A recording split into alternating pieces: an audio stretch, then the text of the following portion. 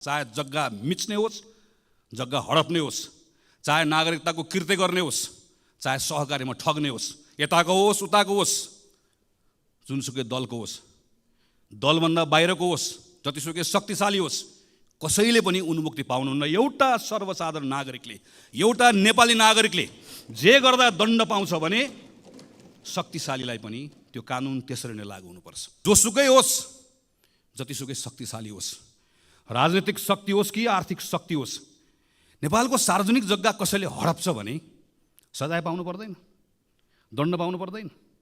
जतिसुकै शक्तिशाली होस्, जुनसुकै पदमा बसेको होस्, हातमा ताकत होस्, कलम होस्, नागरिकता बनाउनलाई कृत्य गर्छ भने फलानु दलसँग जोडिएको छ, त्यसकारणले गर्दा कृत्य गरे पनि उसको कृत्य माफी हुन्छ, चल्छ। जतिसुकै शक्तिशाली होस्, जुनसुकै ताकत भएको होस्, आम नागरिकहरूले निक्षेप सङ्कलन गरेर जम्मा गरेको सहकारीमा ठगीको धन्दा चलाउँछ, ठगीको धन्दाको मतियार हुन्छ भने कानुनी कारबाहीको दायरामा आउनु पर्दैन, कानुनले कारबाही गर्नु पर्दैन। त्यसैले सुशासनको आजको दिनको मन्त्र बनेको प्रदेश सरकार, सातै प्रदेशमा माथि प्रधानमन्त्रीलाई अनुकूल हुने गरिकन सातै प्रदेशका सरकारहरू छन्। त्यो प्रदेशले अहिले स्कुल एजुकेसनमा के काम गर्ने हो, त्यो स्थानीय सरकारले एजुकेसनमा के काम गर्ने हो, यो 1 वर्षको समय खेर कसरी नफाल्ने हो, यहाँनिर हामीले सोच्नुपर्नेछ र हामीले सँगसँगै यहाँभित्रको पार्लियामेन्टमा आएको कानुनमा काम गर्नुपर्नेछ। यति जिम्मेवारी पुरा गऱ्यौँ भने, जसरी अघि मैले उच्च शिक्षाको कुराकानी गरेँ, हाम्रो विद्यालय शिक्षाको क्षेत्रमा केही न केही सुधार हुन्छ, कहीँ न कहीँ हामीहरू पुगिन्छ। यही संसदको यही रोस्टममा उभिएर अहिले के सम्माननीय प्रधानमन्त्री हुनुभएको बेलामा स्वास्थ्य बिमा सम्बन्धी कानुन यहीँ उभिएर पढेको म सम्झन्छु।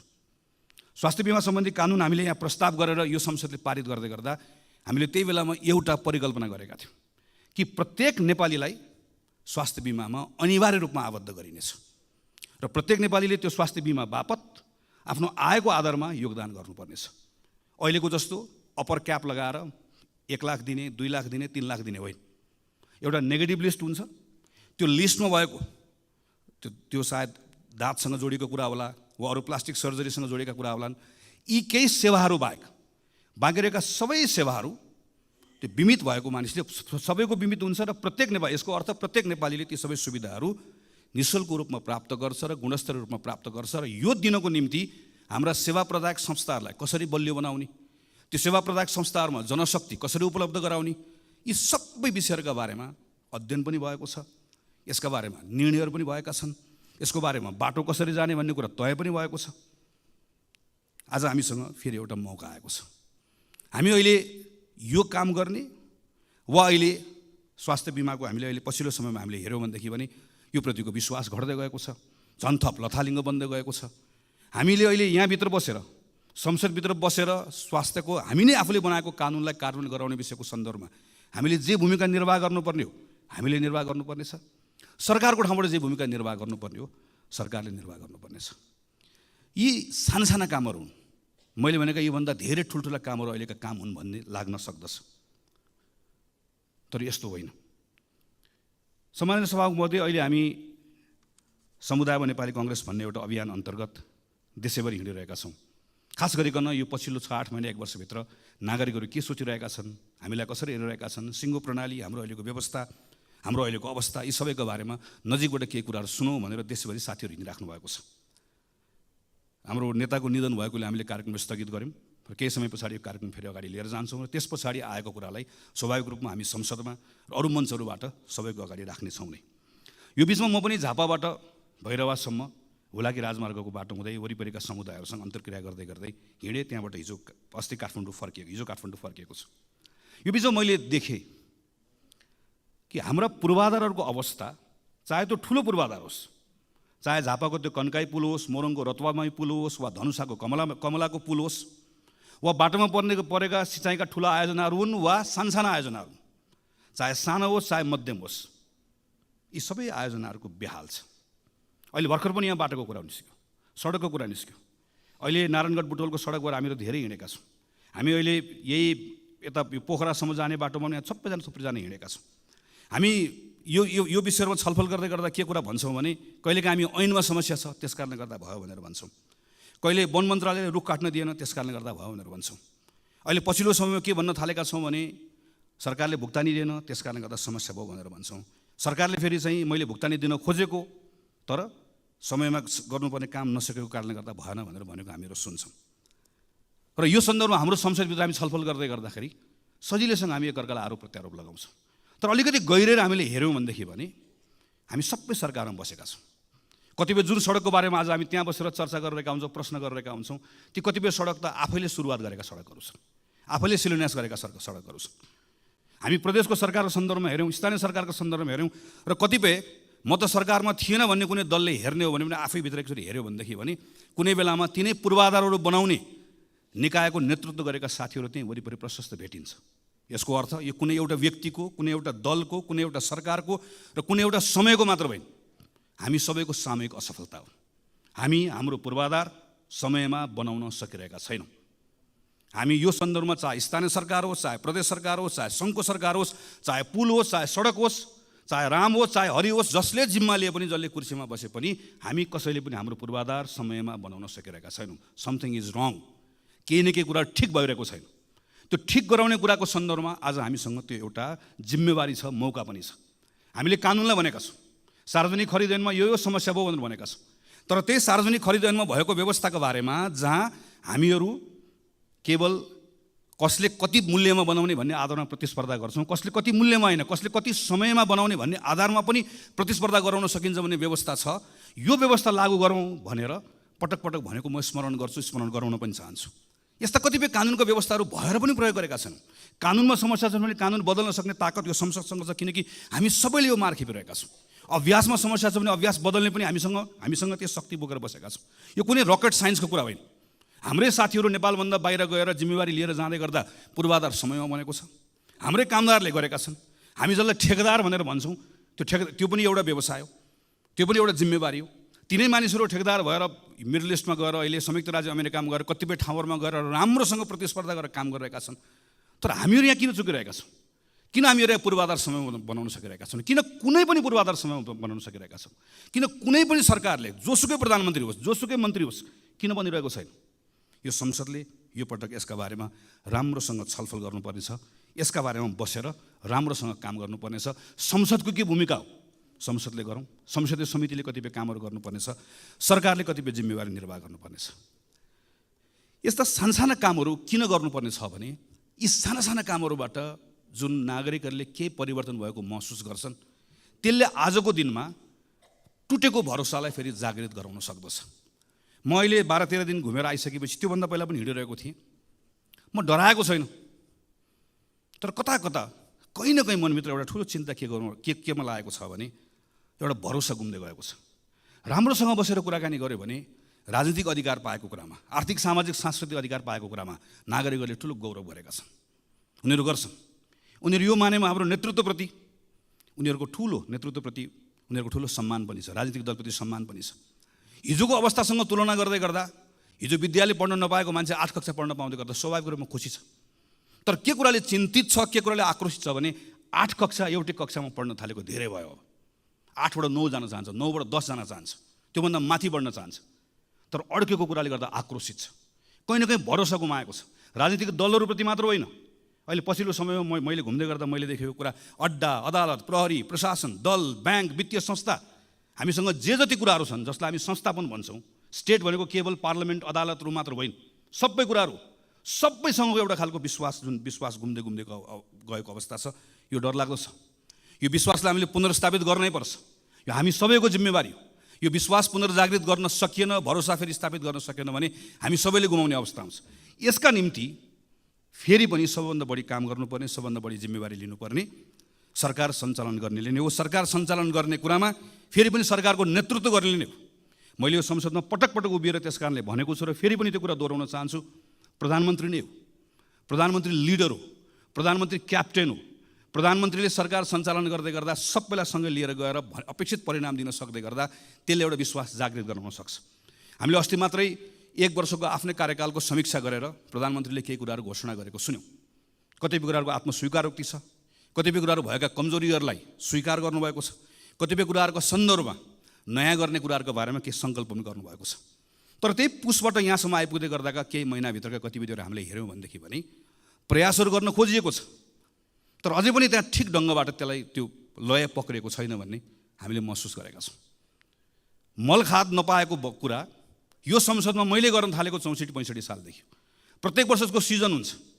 हामी ठ्याक्क अब चैत वैशाखतिर आएपछि मलको बारेमा कुरा गर्छौँ, ठ्याक्क हामी असार आएपछि विपदको बारेमा। संसदको क्यालेन्डर बनाउँदै गर्दा मलको कुरा गर्ने, एसएलसीमा फेल भएको कुरा गर्ने भने क्यालेन्डर बनाइदिए पनि हुन्छ।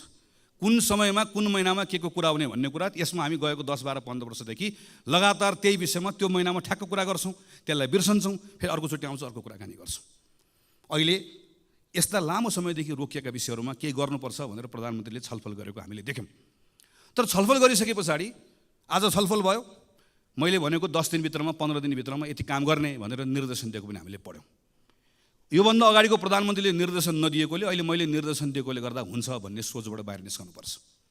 निर्देशनले हाम्रो समस्याको समाधान गर्दैन। प्रधानमन्त्रीले निर्देशन दिएको देखेपछि मन्त्रीले पनि निर्देशन दिने हो, मन्त्रीले दिएको देखेपछि संसदीय समितिले पनि निर्देशन दिने हो। सबैले सबैलाई निर्देशन दिने मात्रै हो। स्थानीय सरकारहरूको हालत यही छ, प्रदेशको सरकारको हालत यही छ। त्यसैले यहाँभित्र हाम्रो समस्याको समाधान खोज्नका निम्ति अतिरिक्त पहल कदमी चाहिएको छ। त्यसैले म फेरि दोहोऱ्याएर भन्छु कि प्रधानमन्त्रीले त्यो सिंहदरबारभित्र प्रधानमन्त्रीको कुर्सीमा बसेर दिनको 10 देखि 5 बजेको समय, जसरी एउटा कुनै संस्थाको प्रमुखले जसले संस्थाको नेतृत्व गरेको हुन्छ, दिनको निश्चित समय आफूले दिएको जिम्मेवारी भन्दा बाहेक अरू कुनै जिम्मेवारीको बारेमा चिन्तन गर्दैन, सोच्दैन, त्यसैलाई प्राथमिकतामा राख्छ। नेपालको प्रधानमन्त्रीले पनि त्यसै गरिकन काम गर्नै पर्छ।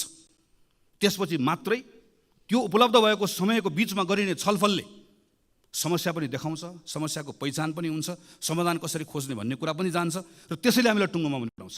काम गर्ने तरिका नबदलिकन फरक परिणाम आउँदैन। उही काम गरेर फरक परिणामको अपेक्षा गर्ने कुरा केवल मूर्खता मात्रै हुन्छ। त्यसको सुरुवात स्वयं प्रधानमन्त्रीबाट गरिनुपर्छ। नागरिकहरूको बिचमा अर्को भएको ठुलो आक्रोशको विषय भनेको सुशासनको विषय हो। सुशासनको सन्दर्भमा हाम्रा संवैधानिक निकायहरूले अत्यन्त पारदर्शी ढङ्गले नै काम गर्ने हो। यो सरकारको कुरा मात्र होइन, राज्यको अरूको निकायहरूको पनि त्यत्तिकै दायित्व छ। संविधानले सृजना गरेका संस्थाहरूले पारदर्शी ढङ्गले काम गर्नुपर्नेछ। उसको विश्वसनीयतामाथि पनि प्रश्नहरू उठेका छन्, ती विश्वसनीयताले काम गर्नुपर्नेछ। सम्मानित अदालतको पनि यसमा भूमिका छ, संसदीय समितिहरूको पनि भूमिका छ। तर फेरि पनि सबभन्दा ठुलो भूमिका सरकारकै छ। सरकारले सुशासनको सम्बन्धमा मैले काम गरेँ भनेर हुँदैन। सरकारले गरेको कामहरू नागरिकले महसुस गर्न पाउनुपर्छ। नागरिकहरू आफैले त्यो कुरालाई नजिकबाट निहालेर हेरेका हुन्छन्।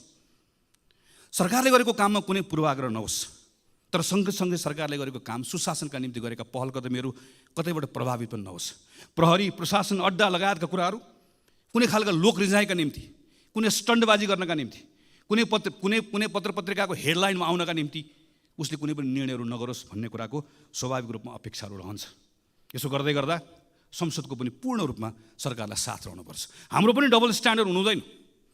हामीले पनि घटना हेरेर, प्रकरण हेरेर आफ्ना निर्णय, आफ्ना मतहरू बनाउनु हुँदैन। जोसुकै होस्, जतिसुकै शक्तिशाली होस्, राजनीतिक शक्ति होस् कि आर्थिक शक्ति होस्, नेपालको सार्वजनिक जग्गा कसैले हडप्छ भने सजाय पाउनु पर्दैन, दण्ड पाउनु पर्दैन। जतिसुकै शक्तिशाली होस्, जुनसुकै पदमा बसेको होस्, हातमा ताकत होस्, कलम होस्, नागरिकता बनाउनलाई कृत्य गर्छ भने फलानु दलसँग जोडिएको छ, त्यस कारणले गर्दा कृत्य गरे पनि उसको कृत्य माफी हुन्छ, चल्छ। जतिसुकै शक्तिशाली होस्, जुनसुकै ताकत भएको होस्, आम नागरिकहरूले निक्षेप सङ्कलन गरेर जम्मा गरेको सहकारीमा ठगीको धन्दा चलाउँछ, ठगीको धन्दाको मतियार हुन्छ भने कानुनी कारबाहीको दायरामा आउनु पर्दैन, कानुनले कारबाही गर्नु पर्दैन। त्यसैले सुशासनको आजको दिनको मन्त्र बनेको कानुनको शासन, विधिको शासन, चाहे जग्गा मिच्ने होस्, जग्गा हडप्ने होस्, चाहे नागरिकताको कृत्य गर्ने होस्, चाहे सहकारीमा ठग्ने होस्, यताको होस् उताको होस्, जुनसुकै दलको होस्, दलभन्दा बाहिरको होस्, जतिसुकै शक्तिशाली होस्, कसैले पनि उन्मुक्ति पाउनुहुन्न। एउटा सर्वसाधारण नागरिकले, एउटा नेपाली नागरिकले जे गर्दा दण्ड पाउँछ भने शक्तिशालीलाई पनि त्यो कानुन त्यसरी नै लागू हुनुपर्छ।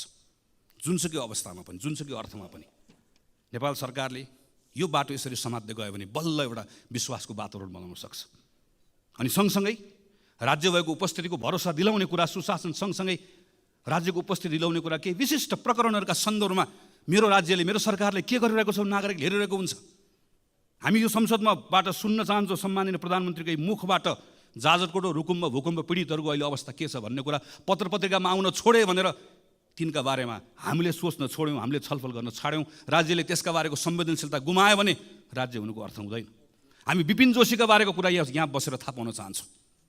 हामी यो बेलामा रुसमा अलपत्र परेका नेपाली युवाहरू फर्काउनका निम्ति सरकारले गरेको प्रयास अपुग भयो, अपर्याप्त भयो। त्यसका निम्ति थप काम गर्नुपर्छ। ती जसरी लगेका हुन् त्यो लानेहरू एउटा ठगलाई छाड्नु पनि हुन्न, एउटाले दण्ड पनि पाउनुपर्छ, तर तिनका निम्ति सम्पूर्ण प्रयास लाउनुपर्छ। एउटा आमाको आँखामा बगेको आँसु पुस्नका निम्ति राज्यले सम्पूर्ण ताकत लगाउनुपर्छ, अनि बल्ल राज्य भएको अनुभूति हुन्छ। सडक दुर्घटनामा मरेका मानिसहरूका बारेमा मर्छ, रिपोर्ट बन्छ। सहकारीबाट ठगिएका मानिसहरूका बारेमा रिपोर्ट बन्छ। ती सबै रिपोर्टहरू दराजमा गएर थन्किएर बसेका छन्। हामी हेर्न चाहन्छौँ यो अधिवेशनको दौरानमा सरकारले गरेको काम, अनि सरकारका मन्त्रीहरूले यहाँ उभिएर मैले यो रिपोर्ट पढेर यसको आधारमा यो 5वटा काम गरेँ भनेर त्यहाँ उभिएर हामी प्रश्न गर्न चाहन्छौँ, त्यहाँ उभिएर हामी सुझाव दिन चाहन्छौँ, त्यहाँ उभिएर परिणाम आएको हेर्न चाहन्छौँ। हामी सरकारलाई मद्दत गर्न चाहन्छौँ, किनकि आजको दिनको सरकारको कुरा मात्र होइन, सरकारमा बसेको कारणले गर्दा मात्र होइन। हामी यो बेलामा यतिखेर सानसाना कुराहरूको परिणामबाट नागरिकहरू खुसी भएको हेर्न चाहन्छौँ। झापादेखि यहाँसम्म आइपुग्दै गर्दा कतै जङ्गली हात्तीको कुरा छ, जसरी पहाडमा बस्ने साथीहरूले सधैँभरि बाँदरको कुरा गर्नुहुन्छ। माडीको किसानहरूले रातिको समयमा निकुञ्जभित्र गाडी कुद्ने व्यवस्था गरोस्। ठुरीको मानिसहरूले सामान्य मेरो त्यहाँभित्रको मेरो भन्सारको त्यहाँको स्तरोन्नति गरिदियो। काहीँ दुधको किसानको कुरा छ, काहीँ केराको किसानको कुरा छ। मैले खालि यति मात्र भन्न खोजेको कि यति साना कुराहरू छन् र यति डुएबल छन्, गर्न सकिने कुराहरू छन्। बसेर प्रधानमन्त्रीले मन्त्रीले एक ठाउँ बसेर यो कुरा गरौँ भनेर भन्दै गर्दा गर्न नसकिने कुराहरू छैनन्, असम्भव कुराहरू छैनन्, सम्भव कुराहरू छन्। स्रोत साधनले भ्याउने कुरा छ, नियम कानुनले दिएको कुरा छ, केवल इच्छा शक्ति चाहिएको छ। यी सानसाना कुराहरूबाट अहिले मैले शिक्षाको कुरा गरेँ, स्वास्थ्यको कुरा गरेँ। अब यही 5-6 महिना 6-7 महिनामा अहिले निराश भएको नागरिकले मेरो विद्यालयमा अलिकति सुधार देख्यो, विश्वविद्यालयको नियुक्ति सही ढङ्गले भएको देख्यो, ठगहरूलाई थुनिएको देख्यो, यता पूर्वाधारको कुरामा थोरै सुधार भएको देख्यो, सानसाना कुराहरू मात्र देख्यो भने त्यही नागरिकले फेरि राम्रो हुँदै गयो, राम्रो हुँदै जान थालेको छ, हिजोभन्दा आज राम्रो भयो भनेर भरोसा त्यहीँबाट जाग्न थाल्छ, त्यहीँबाट एउटा स्थिति बन्न थाल्छ। यसमा हामीले ध्यान दिनुपर्नेछ।